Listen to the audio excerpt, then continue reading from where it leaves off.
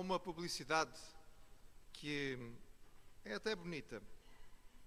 É uma publicidade a uma marca de cartão de crédito e mostra várias cenas, sobretudo da vida familiar, e termina com uma frase que se guarda com facilidade e diz assim: há coisas na vida que não têm preço.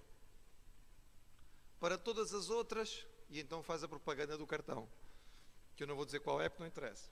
Eu só queria ficar com esta primeira parte, que é: há coisas na vida que não têm preço. E mesmo sendo uma publicidade, ela contém uma verdade nesta ilustração. Há coisas na vida que são tão valiosas, são tão significativas, que elas não têm preço humano, não podem ser compradas. E entre elas, uma das coisas mais valiosas, e que não é comprada por dinheiro, porque não há dinheiro que possa comprá-la, é o perdão. Perdão. Faz tanta falta. Em tantos relacionamentos, em tantas casas, é algo que não pode ser comprado. O perdão é uma dádiva, só sendo oferecido. Jacó, e temos acompanhado Jacó nas últimas semanas, já há algumas semanas, está no momento chave da sua vida.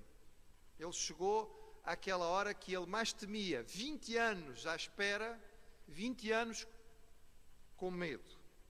Ele deixou a casa dos seus pais, sobretudo por causa de uma ameaça. É claro, os irmãos vão se lembrar que nós estudamos que na altura a sua mãe, que era muito sábia e também muito proativa, conseguiu arranjar como que uma desculpa. Era uma desculpa válida, mas não deixou de ser uma desculpa para o Jacó ir embora. Sim, olha, o Esaú casou com mulheres aqui da terra e é um desastre o casamento. Então, se o Jacó também casar com mulheres daqui, isto vai de mal a pior. É melhor ele ir lá para a minha família arranjar uma esposa de jeito. Mas era uma desculpa, apesar de tudo, porque ela podia ter pensado nisto antes. E o Jacó assim saiu de casa com esta aura de que estava a obedecer os pais para ir buscar uma esposa, mas na verdade ele estava era a fugir.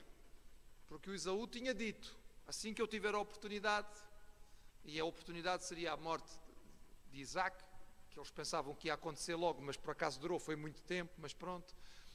Assim que Isaac morrer, eu vou matar Jacó. E Jacó fugiu por causa disso. E sendo ele um homem mais quieto, mais introvertido, nós vimos que Jacó era um fulano assim talvez mais melancólico, ele devia guardar a lembrança muito clara daquelas palavras do seu irmão. Sabemos que Esaú é que era o extrovertido. Esaú é que era o homem que falava as coisas e não pensava no que dizia, que tomava uma decisão e não pensava nas consequências. Jacó não, Jacó era introvertido. Era um homem que pensava, que gastava tempo a arquitetar as suas ideias e os seus planos. É provável que no seu coração ele ainda tenha bem clara esta promessa de Esaú. E ele tem receio. Ele sabe que mais cedo ou mais tarde ele vai ter este encontro. Semana passada vimos que o seu medo era tão grande que o leva a lutar com um anjo até de madrugada e a pedir, não é? Ele rogou a Deus de forma específica. Ele tinha mais medo de Esaú do que tinha do sogro. E o sogro dele não era fácil. Mas o sogro já tinha ficado para trás. O Esaú ainda estava na frente. E ele recebeu uma informação. Mandou uma palavra toda positiva, não é? Apresentando-se humildemente como servo, mas a resposta que veio foi uma resposta silenciosa. Esaú não mandou dizer nada, apenas a informação chegou: o teu irmão também vem aí, com 400 homens. E o Jacó tinha a certeza: só há uma razão para Esaú vir ter comigo com uma tropa, é para me eliminar, e a tudo o que eu tiver. O encontro então vai acontecer. Gênesis capítulo 33. Vamos ler, capítulo 33, e diz assim: e levantou Jacó os seus olhos, e eis que vinha Esaú, e 400 homens com ele.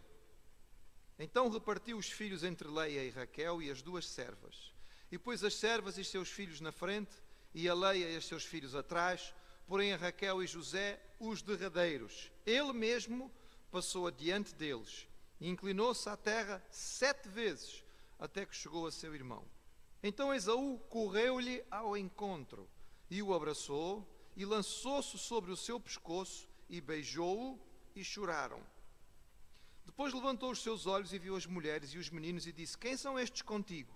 Ele disse: os filhos que Deus graciosamente tem dado a teu servo. Então chegaram as servas, elas e os seus filhos, e inclinaram-se. E chegaram também Leia com os seus filhos e inclinaram-se. E depois chegou José e Raquel e inclinaram-se. E disse Esaú: de que te serve todo este bando que tenho encontrado? E ele disse: para achar graça aos olhos de meu senhor. Mas Esaú disse: eu tenho bastante, meu irmão. Seja para ti o que tens. Então disse Jacó: não, se agora tenho achado graça em teus olhos, peço-te que tomes o meu presente da minha mão, porquanto tenho visto o teu rosto como se tivesse visto o rosto de Deus, e tomaste contentamento em mim. Toma, peço-te, a minha bênção, que te foi trazida, porque Deus graciosamente me tem dado, e porque tenho de tudo, e estou com ele até que a tomou. E disse: caminhemos e andemos, e eu partirei adiante de ti. Porém ele lhe disse: meu senhor, sabe que estes filhos são tenros, e que tenho comigo ovelhas e vacas de leite. Se as afadigarem somente um dia, todo o rebanho morrerá. Ora, passe o meu senhor adiante da face de seu servo, e eu irei como guia pouco a pouco, conforme ao passo do gado que está diante da minha face, e conforme ao passo dos meninos, até que chegue a meu senhor em Seir. E Esaú disse: deixarei logo contigo esta gente que está comigo. E ele disse: para que é isso? Basta que eu ache graça aos olhos do meu senhor. E assim tornou Esaú aquele dia pelo seu caminho a sair. Jacó, porém, partiu para Sucote, e edificou para si uma casa, e fez cabanas para o seu gado, por isso chamou o nome daquele lugar Sucote. E chegou Jacó salvo à cidade de Siquém, que está na terra de Canaã, quando vinha de Padã-Arã, e fez o seu assento diante da cidade. E comprou uma parte do campo, que estendera a sua tenda, das mãos dos filhos de Amor, pai de Siquém, por 100 peças de dinheiro. E levantou ali um altar, e o chamou Deus, o Deus de Israel. Na semana passada nós vimos qual foi a estratégia de Jacó. Ele preparou uma oferta, um presente extravagante. Centenas de animais, sendo enviados em grupos, em 3 grupos, para serem oferecidos para quebrar, digamos, o ânimo negativo de Esaú. Aqui nós mantemos a ênfase do livro de Gênesis na visão. Já disse aos irmãos que o livro de Gênesis dá muita ênfase neste ver. Muitas vezes nós encontramos esta expressão: e viu, e levantou os olhos e viu. E mais uma vez nós encontramos aqui esta expressão, e diz: e levantou os olhos e viu que Esaú chegava-se à sua presença. A sua atitude imediata mostra mais uma vez as suas preferências. E estas preferências depois vão ser motivo de muita dor. Mas pronto, ele não tem qualquer dificuldade em fazer distinção entre filhos e filhos. Na frente, ele coloca as servas, Zilpa e Bila, com os seus filhos, Gad, Asser, Dan e Naftali. Estes são os primeiros. Se tiverem que morrer, morrem esses. Os outros eu quero ver se consigo guardar. A seguir vem Leia, com os seus filhos, Ruben, Simeão, Levi, Judá e as meninas, pelo menos uma nós sabemos, outras possivelmente. E só lá atrás é que ele coloca José e Raquel. Mas é curioso este pormenor, irmão. Diz aí claramente o versículo que ele mesmo, Jacó, assumiu a posição correta e necessária de um líder, que foi pôr-se à frente de toda a gente. Independentemente das circunstâncias, irmãos, o líder tem que tomar a dianteira. Ele tem que dar a cara. É ele que tem que estar na frente. Mesmo que eventualmente exista grande risco, ou mesmo que não exista falha da sua parte. Se ele é líder, o grupo, para poder respeitá-lo, tem que o ver como alguém que assume as responsabilidades. E é isto que Jacó faz. Esta é a hora da verdade e é com ele. E diante de toda a sua família e o grupo que vem com ele, ele assume a responsabilidade. O primeiro embate vai ser com ele. Se alguém tiver que sofrer, ele será o primeiro a sofrer. E, portanto, ele vai à frente de todo o seu grupo. O texto diz que ele se prostra 7 vezes antes de se encontrar com o seu irmão. É curioso, os achados arqueológicos daquela região, sobretudo os que foram encontrados na região de Amarna, e que são conhecidos como as cartas de Amarna, assim como alguns textos ugaríticos daquela zona do mundo, dizem que esta era uma atitude relativamente comum e fazia parte do protocolo de um servo para com o Senhor. Ao aproximar-se do Senhor, ele devia encurvar-se em terra, colocando a testa no chão 7 vezes. Isto era uma forma de cumprimentar, era um ato que demonstrava subserviência. É interessante porque Jacó aqui está a fazer o reverso da profecia. Lembram-se da profecia? A profecia disse que Esaú ia se curvar diante de Jacó. Mas é claro que esta profecia dizia respeito às nações que os dois representariam. E mais tarde o povo de Edom vai ter que se curvar ao povo de Israel. Mas aqui ele faz um gesto simbólico um pouco diferente. E finalmente, depois de toda esta expectativa, e o autor do texto está-nos a manter na ponta da cadeira à espera de ver o que é que vai acontecer, finalmente eles vão se encontrar. E diz então que Esaú corre. E a gente pensa que ele vai correr já com uma espada na mão, mas não. E aqui vem a surpresa. O texto diz que Esaú corre e recebe o seu irmão de forma emocionada, que o abraça efusivamente e que o beija. Reparem um pormenor do texto. O texto não diz que Jacó beijou Esaú. Diz que Esaú beijou a Jacó. A tradição hebraica, e eu digo aqui sempre com muito cuidado, irmãos, porque tradição é tradição, não é?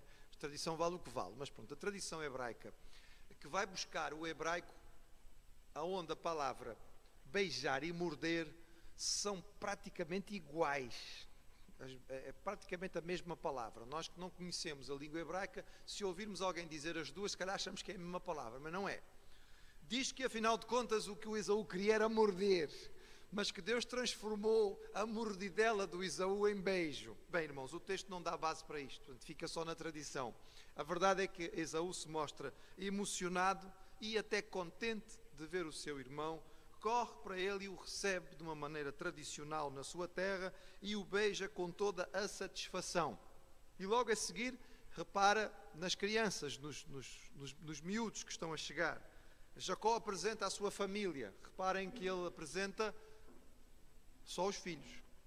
Repararam, não é? Ele não apresenta as esposas.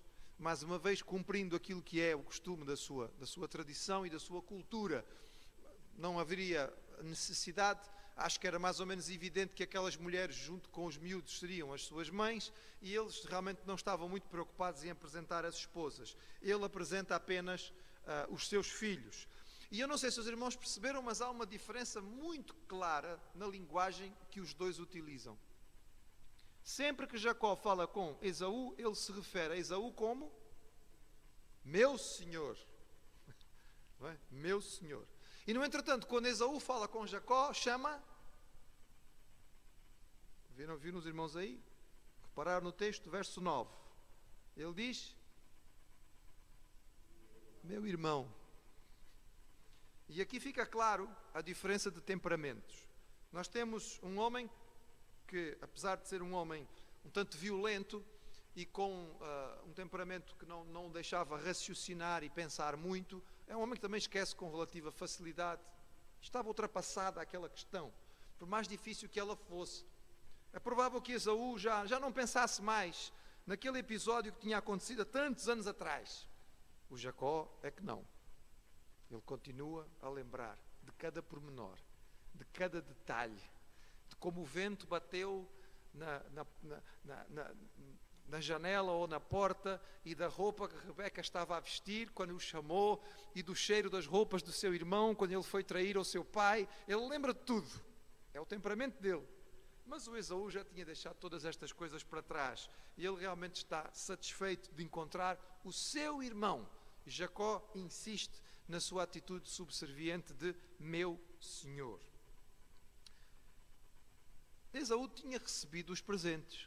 Afinal de contas, eles tinham sido enviados deliberadamente. E é por isso que ele, depois de saudar o irmão e depois daquelas lágrimas iniciais e da emoção de encontrar o irmão, eles provavelmente olharam ali um bocado para o outro. Tinham-se passado 20 anos, irmãos. As pessoas mudam ao fim de 20 anos. Estavam diferentes, não é? O texto não entra em pormenores. Não sei se estava mais magro, mais gordo, mais careca. Enfim, alguma coisa tinha mudado neles. Eles agora finalmente olham um para o outro, estão-se a abraçar, enfim. Mas depois de passada esta emoção inicial, o Esaú pergunta: ouve lá, este bando enorme de animais que tu mandaste à tua frente para encontrar comigo, para que é isto? Somos irmãos, para que esta coisa toda? Eu não preciso disto. E o Jacó então vai insistir que é uma prenda. As palavras são valiosas, irmãos, e elas são dignas de nota. E eu gosto muito de perceber aqui um pouquinho daquilo que é a percepção daquilo que as pessoas têm. Quando Esaú fala a respeito da sua riqueza, nós temos a noção de que Esaú poderá ter sido abençoado por Deus, mas que Jacó é aquele que é o depositário principal da bênção. Então, quando Esaú fala da bênção, ele diz assim: eu tenho bastante. Eu tenho bastante. Eu não preciso disto. Eu tenho bastante.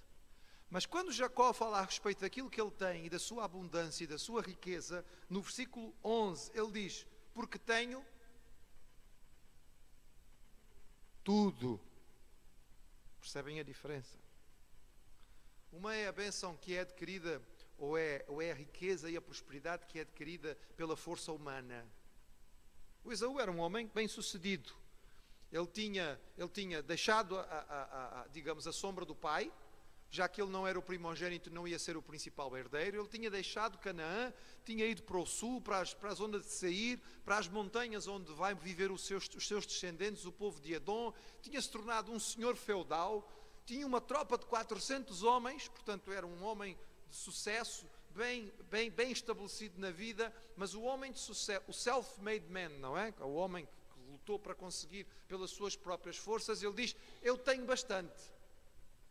Mas aquele que é abençoado pelo Senhor, e vejamos, Jacó não vem com um exército, ele não tem uma tropa, ele tem uma família grande, tem servos, tem muitos animais, é um homem rico, mas ele diz: eu tenho tudo. Eu tenho tudo. E aqui há uma diferença que eu acho que nós devemos guardar entre aquilo que é a bênção da força humana e a bênção que vem de Deus. Ao fim deste diálogo inicial, isto não sabemos quanto tempo demorou, o Esaú então insiste para que eles possam caminhar juntos. Temos muita conversa para pôr em dia.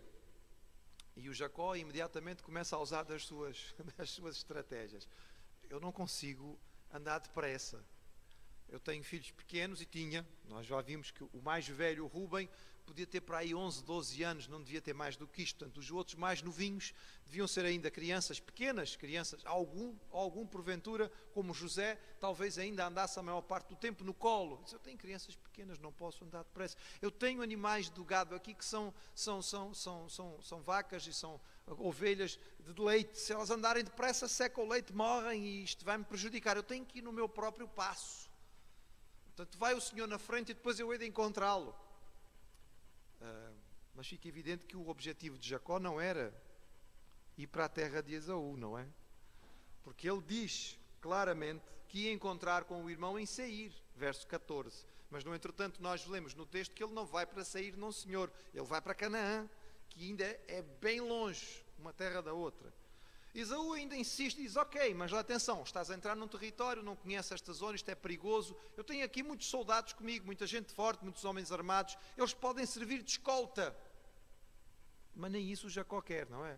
Não é preciso. Estamos bem, estamos tranquilos, temos aqui servos suficientes para darem conta do recado. Podem ir tranquilos que eu depois vos encontro. Mas na verdade não é isto que vai acontecer. Esaú aceita o presente, que ainda era significativo e certamente lhe deu jeito, aceita as desculpas do irmão e volta para a sua terra, enquanto que Jacó faz um desvio, porque o objetivo dele é atravessar o Jordão e entrar na terra de Canaã e voltar para a terra de onde ele tinha saído. Mas o que eu queria deixar para os irmãos, que eu creio que é a coisa mais bonita e central neste texto, para mim, é aquilo que nós encontramos. É uma pequena expressão de Jacó que está no verso 10. Porque ele diz assim, ele insiste para que o irmão tome o seu presente, e a certa altura ele diz assim: porquanto tenho visto o teu rosto, como se tivesse visto o rosto de Deus. Eu queria que os irmãos guardassem esta figura. O homem naturalmente quer vingança. Essa é a natureza humana. Já disse isso aos irmãos aqui, já chamei a vossa atenção para prestarem atenção.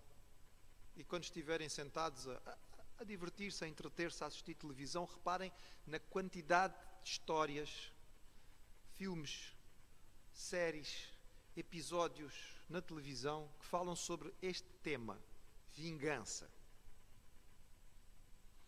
A trama básica da maior parte das histórias que nós temos hoje em dia, sejam elas novelas compridas ou curtas, sejam séries, sejam filmes, é assim.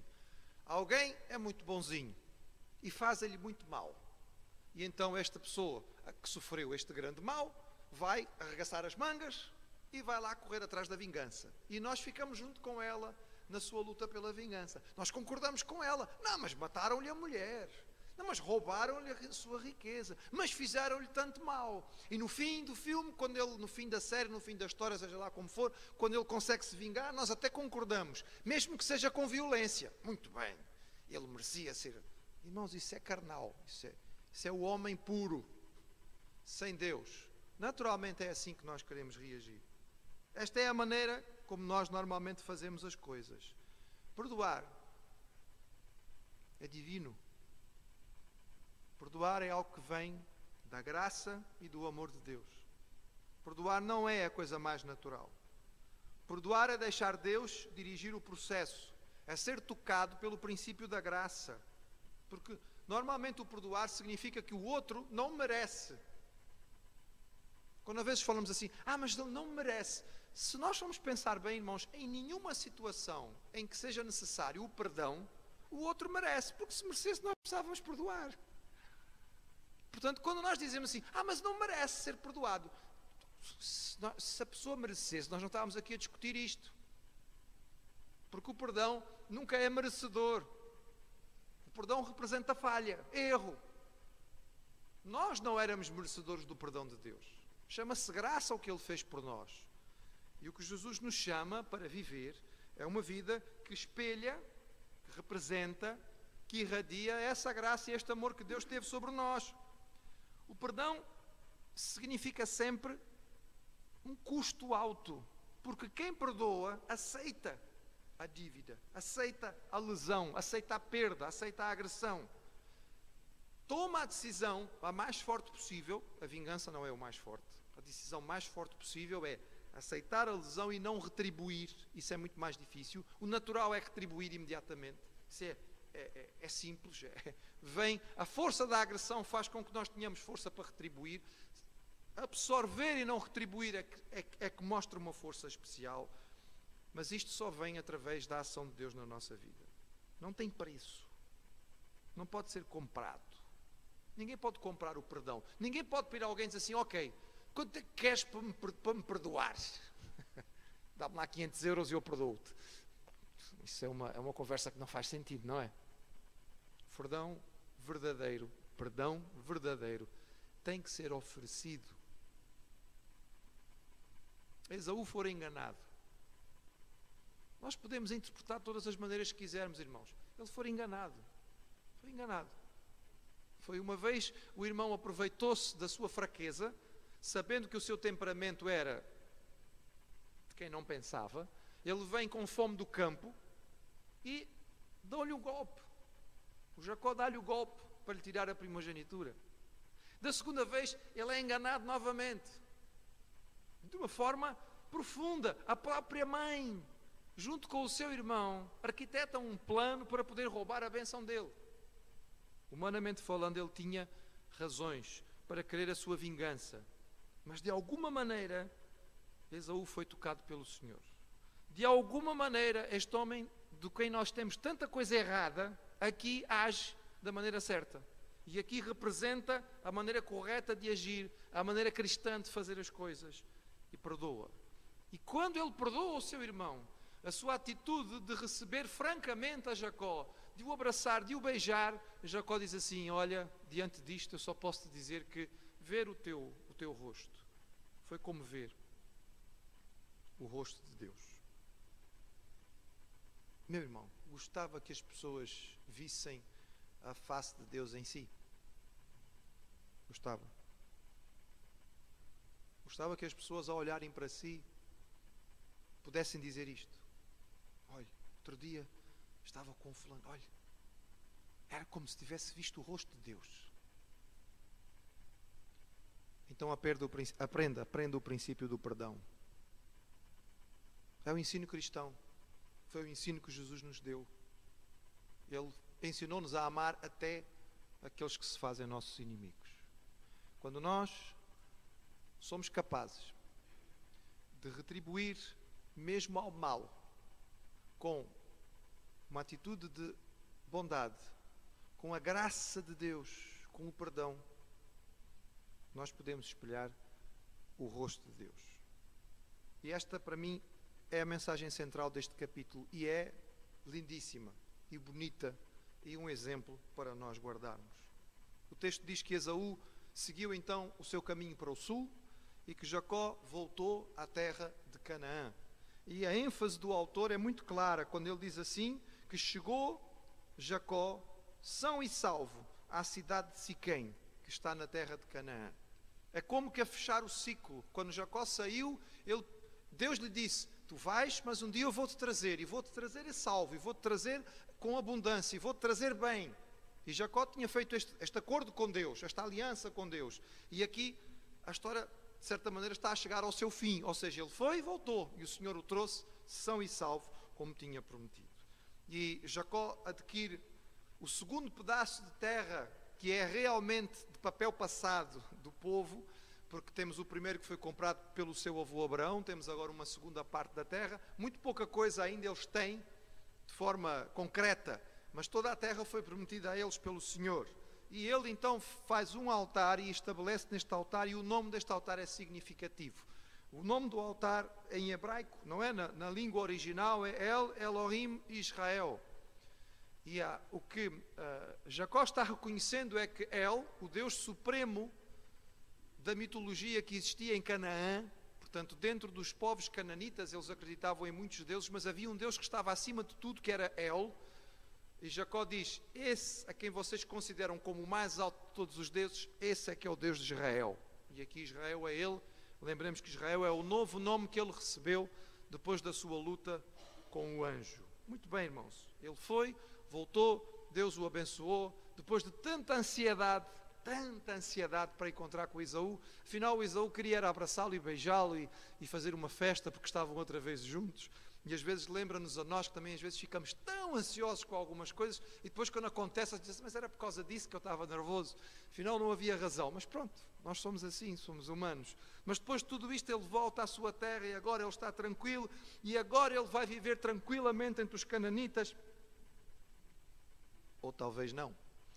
Mas isso, como os irmãos sabem, fica para a próxima semana, se Deus nos der vida e saúde e nós pudermos cá estar.